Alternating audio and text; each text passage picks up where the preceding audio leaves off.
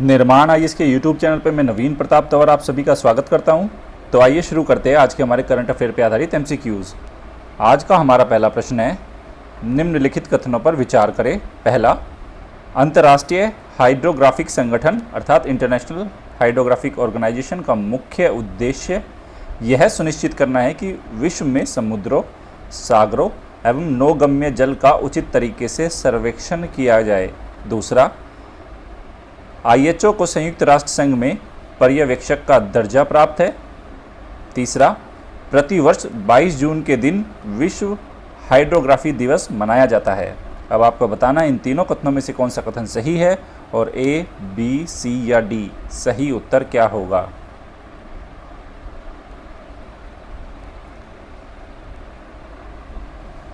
जल्दी से सोच समझ के जवाब दीजिए।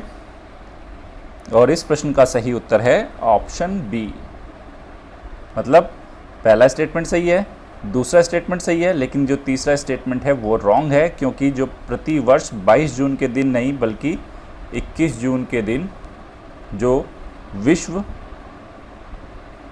हाइड्रोग्राफी दिवस मनाया जाता है। ठीक है, देखते हैं इस प्रश्न को क्यों बनाया गया। ये देखिए आप, 21 जून की खबर है, ये वर्ल्ड हाइड्रोग्राफी डे 2020। इसका जो थीम, हिस्ट्री और सिग्निफिकेंस के बारे में चर्चा की गई है। यहाँ पे देखिए, ये वर्ष 2006 से मनाया जा रहा है 21 जून के दिन हर साल। और जो इनिशिएटिव है इसकी शुरुआत इंटरनेशनल हाइड्रोग्राफिक ऑर्गेनाइजेशन अर्थात आईएचओ के द्वारा की गई थी, ताकि जो जागरूकता है वो बढ़ सके। किस बारे में? जो समुद्री पर्यावरण है उसमें सेफ नेविगेशन को लेके, टेक्निकल स्टैंडर्ड और प्रोटेक्शन को लेके। ठीक है, चलते आगे। ये देखिए अगला प्रश्न क्या है, और ये प्रीलिम्स के पॉइंट ऑफ व्यू से इंपॉर्टेंट रहेगा ये टॉपिक। देखिए प्रश्न क्या है, रूल ऑफ लॉ इंडेक्स 2020 के संबंध में निम्नलिखित कथनों पर विचार करें। पहला, यह सूचकांक वर्ल्ड जस्टिस प्रोजेक्ट द्वारा प्रतिवर्ष 10 मापदंडों के आधार पर तैयार किया जाता है। दूसरा, सूचकांक में 128 देशों में भारत का जो स्थान है वो 69 है। तीसरा, सूचकांक में ब्रिक्स देशों में भारत का स्थान सर्वोच्च है। अब आपको बताना है रूल ऑफ लॉ इंडेक्स 2020 के बारे में इन तीनों कथनों में से कौन सा कथन सही होगा, और ए, बी, सी या डी सही उत्तर क्या है।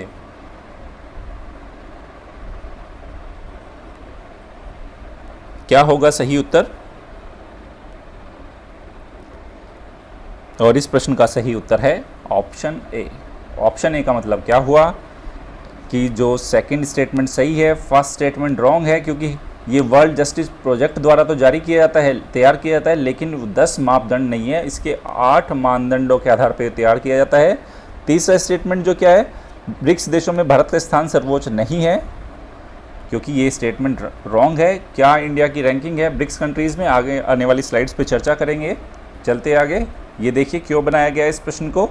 22 जून खबर देख सकते हैं, ये खबर है, supreme court directs petitioner to approach government on plea seeking constitution of expert committee to improve the India's rank in rule of law index. मतलब सुप्रीम कोर्ट ने बोला है कि जो याचिका दायर करता था कि वो सरकार के पास जाए और वो भारत की जो रैंक है रूल ऑफ लॉ इंडेक्स उसको लेके वो क्या एक एक्सपर्ट कमेटी के गठन की बात की जाए कि किस तरह से भारत की रैंक इम्प्रूव होगी।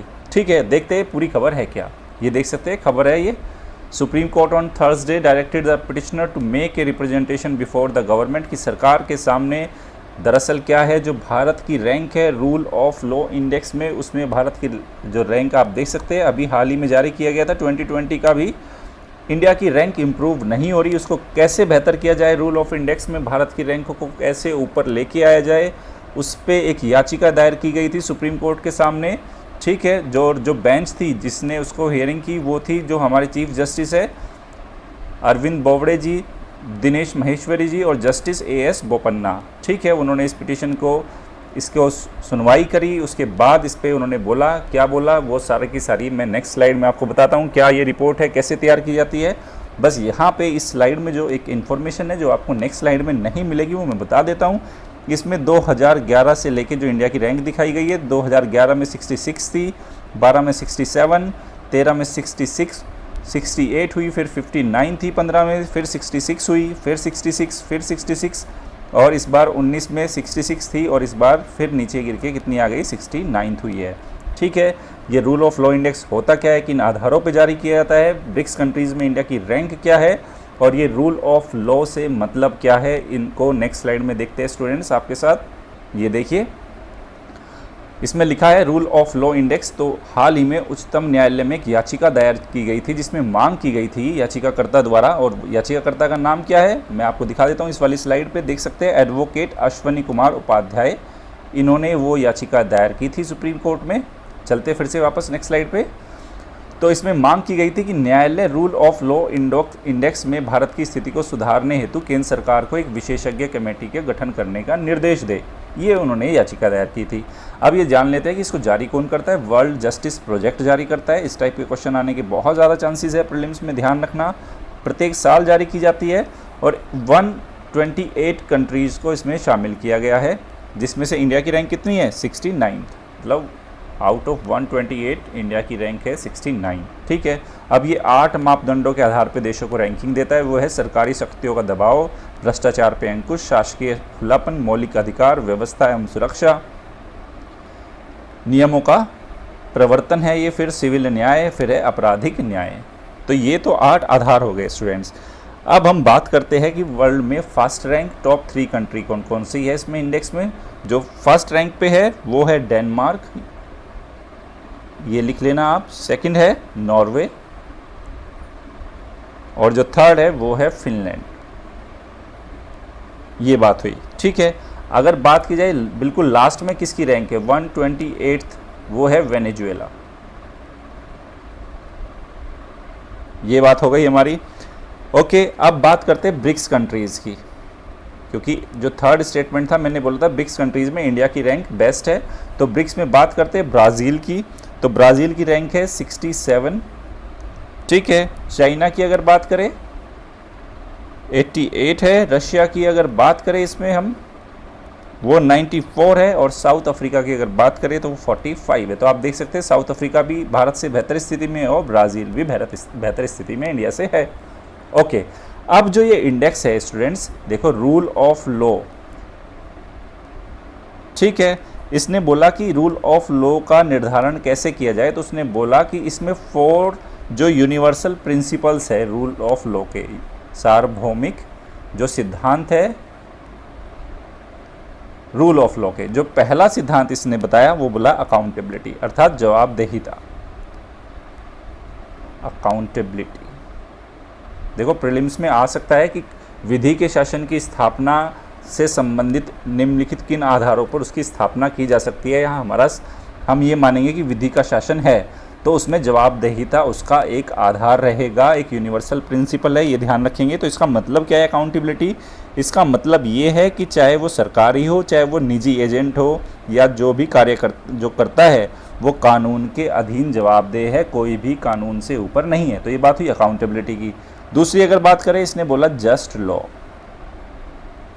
अब ये जस्ट लॉ होता क्या है मैं बता देता हूँ। इसका मतलब होता है कि जो भी हमारे कानून है वो क्लियर हो, स्पष्ट हो, पब्लिसाइज्ड हो, ठीक है, और स्टेबल हो। स्टेबल का मतलब स्थिर होने चाहिए, ऐसे नहीं आज एक कानून कल दूसरा कानून और इतने कानून की बाजार में गुटकों की तरह आपकी कानून की किताबें मिल रही है, ऐसा वो नहीं होना चाहिए। वो स्टेबल आपके लॉज होने चाहिए, वो अप्लाइड होने चाहिए इवनली, मतलब सभी पे समान रूप से वो अप्लाइड हो, ठीक है, और जो हमारे फंडामेंटल राइट्स है, एफआर्स है, उनको वो प्रोटेक्ट करते हो। तो ये जस्ट लॉ है। तीसरा जो यूनिवर्सल प्रिंसिपल है वो है ओपन गवर्नमेंट। जो चौथा है, और चौथा है accessible and impartial dispute resolution. मतलब अगर कोई भी विवाद होता है, अगर उसका समाधान करना है तो उस तक जो विवाद समाधान का जो प्रक्रिया है, जो संस्थाएं है, वो सभी की पहुंच में हो और इम्पार्शली मतलब बिना किसी पक्षपात के उन विवादों का समाधान हो।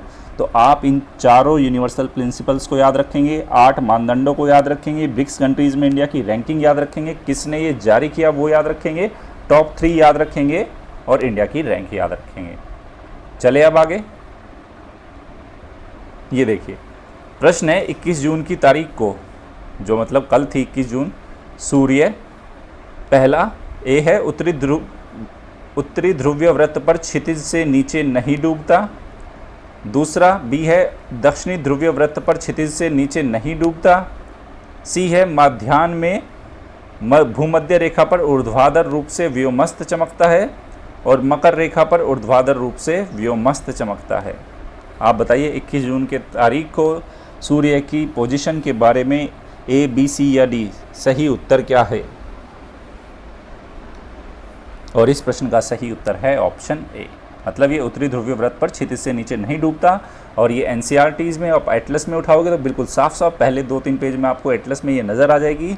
बेसिक फैक्ट है, आपको ये पता होना चाहिए स्टूडेंट्स, ठीक है। इसका कारण क्या है अगर आप बता सकते हो तो पता चल जाएगा आपकी ज्योग्राफी कैसी है। और बी ऑप्शन के लिए क्या सही डेट है, सिचुएशन है, वो आप बता सकते हैं। सी के लिए क्या और डी के लिए क्या, आप इनके बारे में आप मुझे कमेंट सेक्शन में लिख के बता सकते हैं।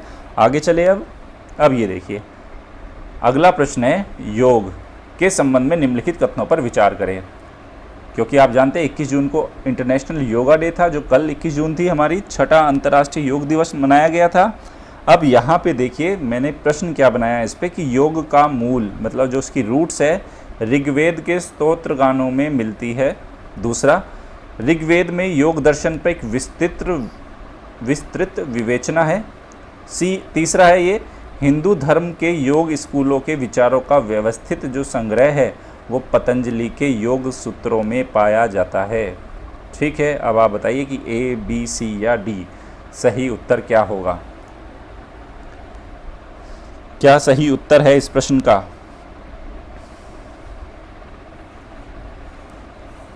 और इस प्रश्न का जो सही उत्तर है वो है ऑप्शन बी, मतलब बी ऑप्शन का मतलब पहला स्टेटमेंट सही है कि जो बेसिक जो इसकी रूट्स है योग की वो ऋग्वेद के स्तोत्र गानों में दिखाई देती है, लेकिन ऋग्वेद में योग दर्शन पर विस्तृत विवेचना नहीं है, इसलिए सेकंड स्टेटमेंट हुआ रॉन्ग। अब तीसरे की बात करें, हिंदू धर्म में योग स्कूलों के विचारों को अगर बात करें कि बिल्कुल सिस्टमेटिक कलेक्शन कहाँ मिलता है, वो पतंजलि के योग सूत्रों में पाया जाता है। ये बात भी हम ध्यान रखेंगे क्योंकि बात इंटरनेशनल योगा डे की हो रही है, तो हर साल 21 जून के दिन मनाया जाता है। कब से मनाना शुरू किया ये वर्ष 2015 से हमने मनाना शुरू किया है। ओके, और इस बार जो मनाने वाला योग दिवस था वो 6ठा अंतर्राष्ट्रीय इंटरनेशनल योग डे था। उसके साथ साथ मैं आपको यहाँ एक एक्स्ट्रा इन्फॉर्मेशन ये दे देता हूँ कि अगर बात की जाए कि योग दर्शन के शुरुआती हमें रेफरेंसेस कहाँ मिलते हैं योग दर्शन के, ठीक है, 6 दर्शन है ना, तो उन 6 दर्शन में से एक योग भी है भाई, जो 6 दर्शन हैं उनमें से एक योग भी है, ठीक है। बाकी 5 दर्शन तैयार कर लेना आप। देखो यूपीएससी का फिक्स है आर्ट एंड कल्चर से एक क्वेश्चन, वो आपके धर्म से ज़रूर पूछेगा, जैन धर्म हो, बौद्ध धर्म हो या वैदिक धर्म हो, कोई भी हो, हर साल एक क्वेश्चन आपको मिनिमम मिलेगा, इसलिए एक क्वेश्चन तो वहाँ से आना ही आना है, ठीक है। तो ये धर्म दर्शन वाला सेगमेंट अच्छे से तैयार होना चाहिए। अब ये देखो 6 दर्शन में से एक योग दर्शन है, और अगर बात की जाए कि योग दर्शन के जो अर्ली रेफरेंसेस हमें कहाँ मिलते हैं, मतलब शुरुआती संदर्भ कहाँ मिलते हैं, तो मैं आपको बता देता हूँ। शुरुआती जो इसके संदर्भ है दर्शन की बात कर रहा हूँ मैं, वो है बृहद आरण्यक उपनिषद। ओके, चलते अब आगे, देखते इस प्रश्न को क्यों बनाया गया। ये देखिए अंतर्राष्ट्रीय योग दिवस पर प्रधानमंत्री जी का संबोधन 21 जून की खबर है पीआईबी पे, और इस साल का जो थीम है योग एट होम एंड योग विद फैमिली, ठीक है, ये थीम था अंतर्राष्ट्रीय योग दिवस का। चलते आगे, अगला प्रश्न है राष्ट्रीय कौशल विकास निगम नेशनल स्किल डेवलपमेंट कॉरपोरेशन के संबंध में निम्नलिखित कथनों पर विचार करें। पहला, एनएसडीसी एक गैर लाभकारी पब्लिक लिमिटेड कंपनी है जिसकी स्थापना वित्त मंत्रालय द्वारा सार्वजनिक निजी भागीदारी अर्थात पीपीपी मॉडल के आधार पर की गई। दूसरा, भारत सरकार कौशल विकास एवं उद्यमिता मंत्रालय के माध्यम से नेशनल स्किल डेवलपमेंट कॉरपोरेशन की 49% शेयर पूंजी रखती है, जबकि निजी क्षेत्र की शेयर पूंजी 51 है। सोच समझ के जवाब देना स्टूडेंट। ए, बी, सी या डी, सही उत्तर क्या होगा?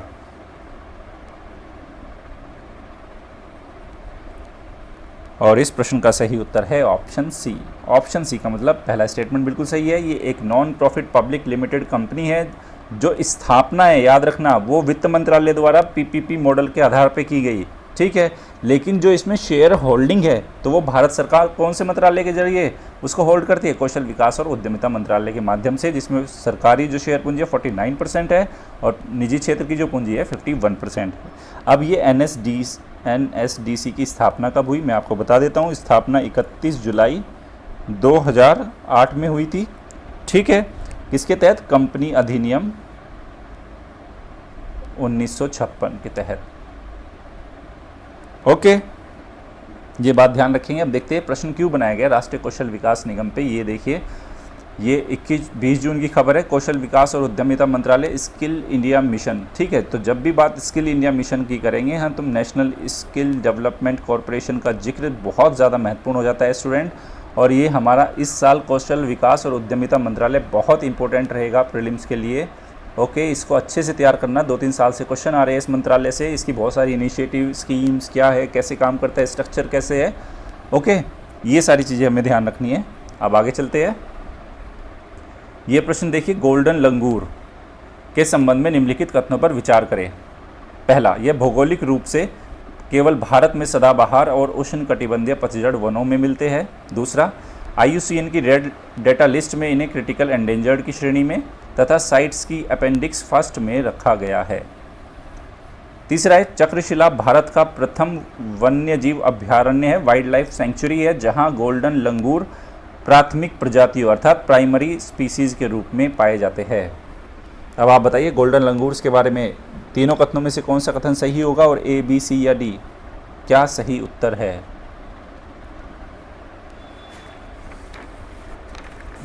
और इस प्रश्न का जो सही उत्तर है, बिल्कुल जवाब दीजिए ऑप्शन सी। मतलब स्टेटमेंट थर्ड सही है, पहला स्टेटमेंट रॉन्ग हुआ, दूसरा स्टेटमेंट रॉन्ग हुआ। पहला स्टेटमेंट क्यों रॉन्ग? क्योंकि ये केवल भारत में नहीं, भारत के साथ साथ भूटान में भी मिलता है। एक बात तो ये हो गई। दूसरा कि IUCN की रेड डेटा लिस्ट में इसको क्रिटिकल एंडेंजर्ड नहीं, ये एंडेंजर्ड की कैटेगरी में है, लेकिन साइट्स की अपेंडिक्स 1 में है। ये भी बात बिल्कुल सही है। लेकिन ये चक्रशिला वाला याद रखना, चक्रशिला भारत का ऐसा फर्स्ट वाइल्ड लाइफ सेंचुरी है जहाँ पे गोल्डन लंगूर को प्राइमरी स्पीसीज के रूप में यहाँ पे वो पाए जाते हैं। अब ये देखते हैं ये प्रश्न हमने बनाया क्यों। ये देखिए, आज के द हिंदू की खबर है, even golden langur suffer force abortion and infanticide, ठीक है। मतलब गोल्डन लंगूर्स के अंदर भी अबॉर्शन और इन्फेंटिसाइड्स के जो मामले और इससे वो सफ़र करते हैं, ये बात थी, खबर थी।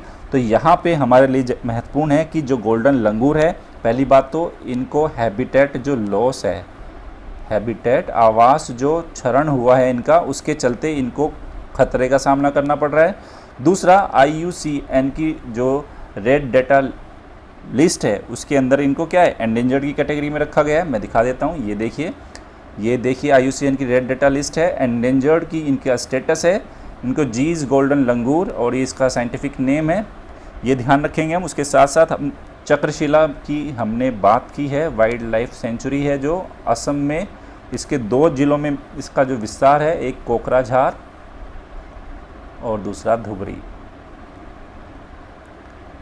ठीक है। और इसका जो क्षेत्र याद रखेंगे, विस्तार भौगोलिक रूप से कहाँ मिल रहा है, ये देखिए मैं आपको दिखा देता हूँ, यहीं इस साइड, यहाँ पे देखिए पहली जो पैराग्राफ है इसी हमारी हिंदू की न्यूज़ का, an endangered species of monkey found only in Assam and parts of Bhutan. अगर स्टेटमेंट में मैं ये लिख देता है केवल भूटान में और भारत में मिलती है तो बिल्कुल सही होता है स्टूडेंट, केवल भूटान और भारत में ही मिलती है और भारत में भी नॉर्थ ईस्ट में असम के रीजन्स में ये मिलती है, ठीक है। याद रखेंगे इस बात को। चले अब आगे, ये देखिए अगला प्रश्न है, प्राय समाचारों में दिखाई देने वाले GIAHS के संबंध में निम्नलिखित कथनों पर विचार करें। पहला, इस कार्यक्रम का जो उद्देश्य है वैश्विक रूप से महत्वपूर्ण जो कृषिगत प्रणालियां एवं उनसे जुड़े भूदृश्य, कृषिगत जैव विविधता और प्रणालियों को पहचानना और उन्हें सुरक्षा प्रदान करना है। दूसरा, इस कार्यक्रम का संचालन खाद्य एवं कृषि संगठन food and agriculture organisation FAO, UNESCO और विश्व विरासत केंद्रों तथा अन्य सहयोगियों के माध्यम से किया जा रहा है। अब आप बताइए GIAHS, इसके बारे में दोनों कथनों में से कौन सा कथन सही होगा और A, B, C या D? सही उत्तर क्या है? और इस प्रश्न का सही उत्तर है ऑप्शन सी। पहला स्टेटमेंट बिल्कुल सही है, क्योंकि इसकी जो शुरुआत है मैं बता देता हूँ, FAO ने वर्ष 2002 में इसको शुरू किया। और शुरू करने का जो क्या था, कारण था, जो विश्व के कृषि विरासत स्थल है उनके बारे में जागरूकता बढ़ाना। मतलब जो ग्लोबल एग्रीकल्चर जो हेरिटेज जो साइट्स है उनके बारे में जागरूकता बढ़ाने के लिए इसको शुरू किया गया। और GIAHS की फुल फॉर्म क्या है मैं आपको बता देता हूँ, ग्लोबल इम्पोर्टेंट एग्रीकल्चर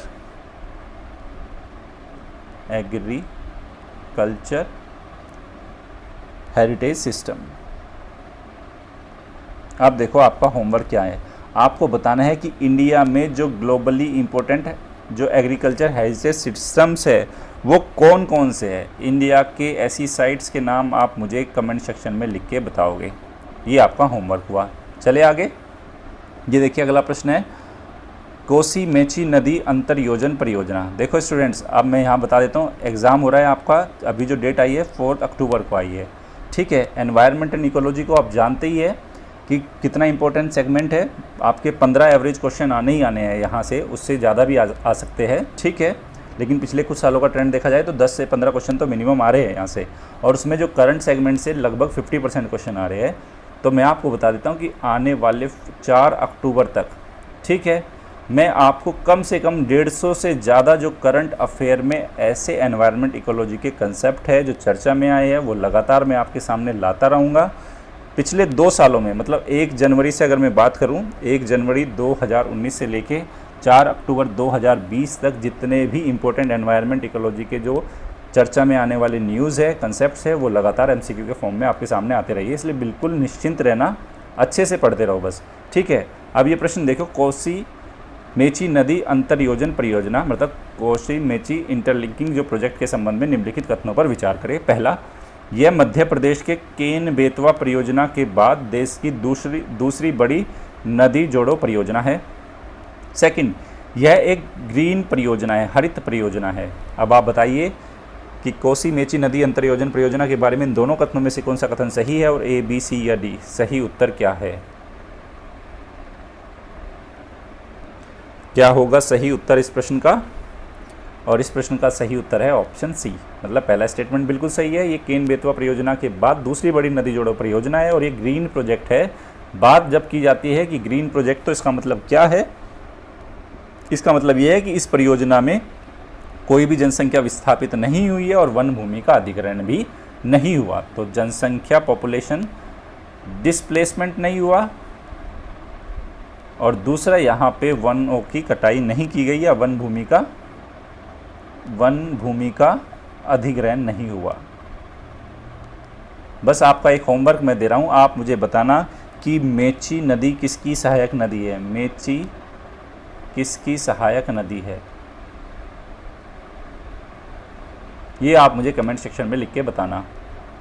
अब ये देखिए अगला प्रश्न है, प्लास्टिक प्रदूषण के प्रभाव, ठीक है, के संबंध में निम्नलिखित पर विचार करें। पहला, मृदा और महासागरीय प्रदूषण, वायु प्रदूषण, जैव संचयन और प्राकृतिक आपदा में वृद्धि। तब आपको बताना है प्लास्टिक प्रदूषण का इनमें से किस पे प्रभाव पड़ता है, या क्या इन चारों में से क्या इसके प्रभाव से संबंधित है।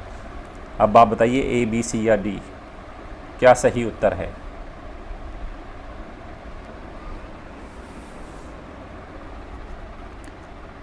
और इस प्रश्न का जो सही उत्तर है वो है ऑप्शन D, ठीक है। ये चारों प्रभावित है। प्लास्टिक प्रदूषण से मृदा और महासागरीय प्रदूषण होता है, बिल्कुल होता है, ठीक है। उसके साथ साथ वायु प्रदूषण होगा क्या? बिल्कुल होगा। जैव संचयन होता है क्या? वो भी होता है। सपोज करो पशुओं द्वारा अगर भोजन समझकर उनको निगल लिया जाता है तो उनकी बॉडी के अंदर जाके क्या होते हैं, एक्युमुलेट हो जाते हैं। प्राकृतिक आपदा में वृद्धि कैसे होती है? कई बार देखो प्लास्टिक कचरा जब जो अर्बन हमारा सीवेज जो हमारा ड्रेनेज सिस्टम है उसमें जाके अगर वो फंस जाता है प्लास्टिक, ठीक है, तो उससे क्या है, जल निकासी अवरुद्ध हो जाती है और मानसून के टाइम पे अगर बहुत ज़्यादा बरसात होती है तो वो क्या होती है, उससे बाढ़ की स्थिति उससे पैदा हो जाती है। इसलिए सेकंड जो प्राकृतिक आपदा की जो वृद्धि है वो भी होती है। वायु प्रदूषण, जैव संचयन और मृदा और महासागरीय प्रदूषण, ये सब इससे संबंधित है। ठीक है,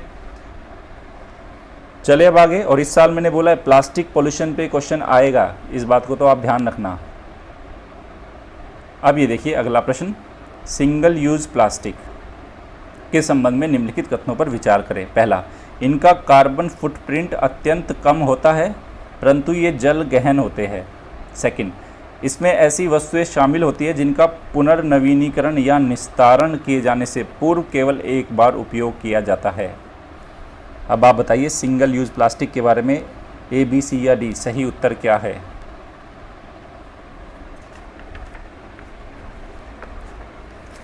और इस प्रश्न का सही उत्तर है ऑप्शन बी, मतलब पहला स्टेटमेंट रॉन्ग है, क्योंकि इनका जो कार्बन फुटप्रिंट दिया है अत्यंत कम नहीं, जो कार्बन इनका फुटप्रिंट होता है स्टूडेंट वो अत्यधिक होता है। और सेकंड हाफ बिल्कुल सही है, ये जल गहन भी होते हैं, वाटर इंटेंसिव होते हैं ये, और इसके साथ साथ अत्यधिक संसाधनों का ये क्या करते हैं, उपयोग भी होता है इसके अंदर। फिर जो इसके अंदर ऐसी वस्तुएं शामिल हो जाती है जिनका पुनर्नवीनीकरण या निस्तारण किए जाने से पूर्व केवल एक ही बार इस्तेमाल किया जाता है, ऐसे को सिंगल यूज प्लास्टिक बोला जाता है। ठीक है, चले आगे। ये देखिए आज का हमारा अभ्यास प्रश्न है 21 और 22 जून का। ठीक है, थोड़ा टाइपिंग में 22 पहले आ गया 21 बाद में, तो 21-22 जून का अभ्यास प्रश्न क्या है, निम्नलिखित कौन कौन से CO2 के जो एमिशन के स्रोत है। ठीक है, ये CO2 ऐसे लिख लेना आप। प्राकृतिक गैस प्रसंस्करण, नेचुरल गैस का प्रोसेसिंग हो गया, इस्पात उद्योग, सीमेंट उद्योग और बायोमास आधारित विद्युत उत्पादन। इसमें से आप बताना इनमें से कहाँ से CO2 का स्रोत है इसके एमिशन का, कमेंट सेक्शन में आप मुझे लिख के बताना। आगे चले, ये देखिए मैंने आपसे 20 जून मतलब शनिवार के दिन आपसे एक प्रश्न पूछा था। वो प्रश्न था कि ओजोन परत की सुरक्षा को लेकर आयोजित विभिन्न सम्मेलनों और प्रोटोकॉल के विषय में निम्नलिखित पे विचार करें, और हमें बताना था कि इनमें से कौन सा सम्मेलन या प्रोटोकॉल ओजोन परत सुरक्षा से जुड़ा है या उस पर हुआ है। तो मैं आपको बता देता हूँ, ये वियना सम्मेलन जुड़ा हुआ है, मॉन्ट्रियल जुड़ा हुआ है और किगाली जुड़ा हुआ है। तीनों का संबंध है, पृथ्वी शिखर सम्मेलन का ओजोन परत से संबंध नहीं है, इसलिए इसका ऑप्शन है बी। सब बच्चों ने सही जवाब दिया, बहुत ही अच्छा लगा। यहाँ आपको एक मैं जानकारी देता हूँ स्टूडेंट, कल यानी कि ट्यूसडे के दिन मुझे बहुत ही ज़्यादा अर्जेंट वर्क है, जिसके चलते कल आपकी सीरीज़ नहीं होगी और वेडनेसडे को, ट्यूसडे और वेडनेसडे दोनों की कंबाइंड सीरीज़ लूँगा। आपको इनकन्वीनियंस के लिए खेद है मुझे, ठीक है, लेकिन कई बार क्या होता है, करना पड़ता है, काम भी बहुत ज़्यादा अर्जेंट काम आ जाता है, तो कई बार ऑफ लेना भी होता है। ओके स्टूडेंट, निर्माण IAS की daily current affair based MCQ की आज की सीरीज़ यहीं समाप्त होती है। अगर आपको हमारी ये पहल पसंद आ रही है तो हमारे YouTube चैनल को लाइक कीजिए, शेयर कीजिए और सब्सक्राइब कीजिए। धन्यवाद।